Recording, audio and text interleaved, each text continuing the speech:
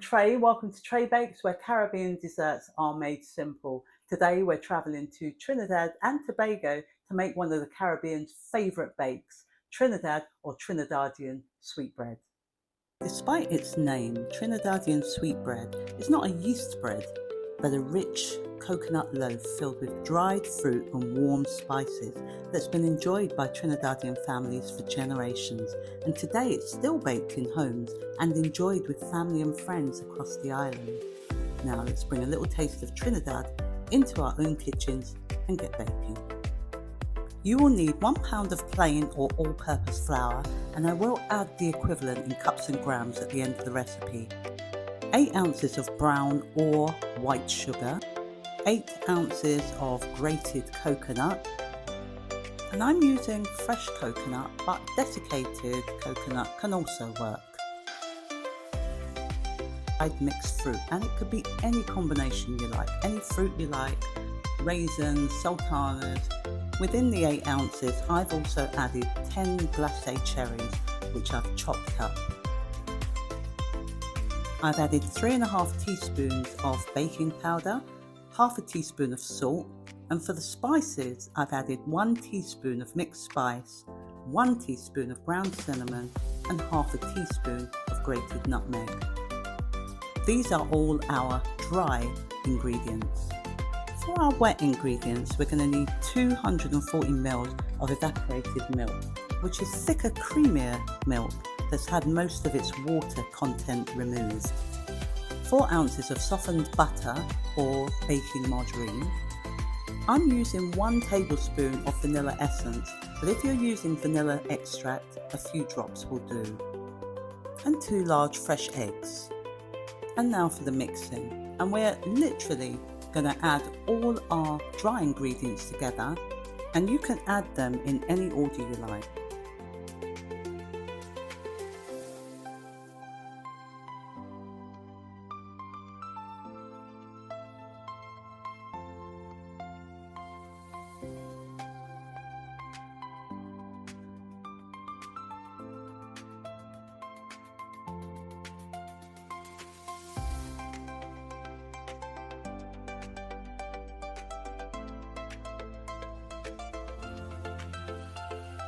Just as long as they're all combined. Now we're going to add our wet ingredients.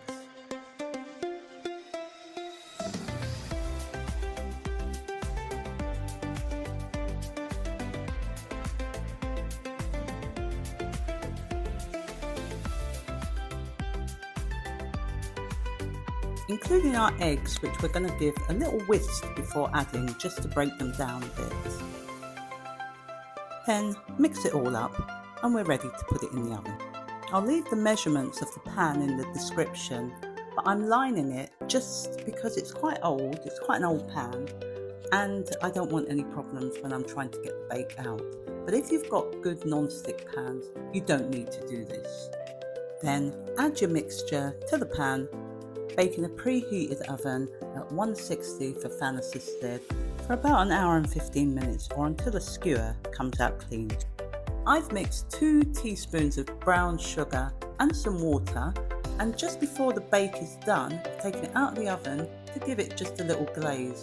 This part is optional, you don't have to do it, but it does add a nice golden top to your bake. And then return it to the oven for about 5 more minutes. And when your bake is done, you can finish it off with some glacé cherries and a little bit more glaze. You can use the multicoloured ones that you see in the Caribbean. In the UK, we don't see them quite so often, so I'm just going to stick with the usual red ones.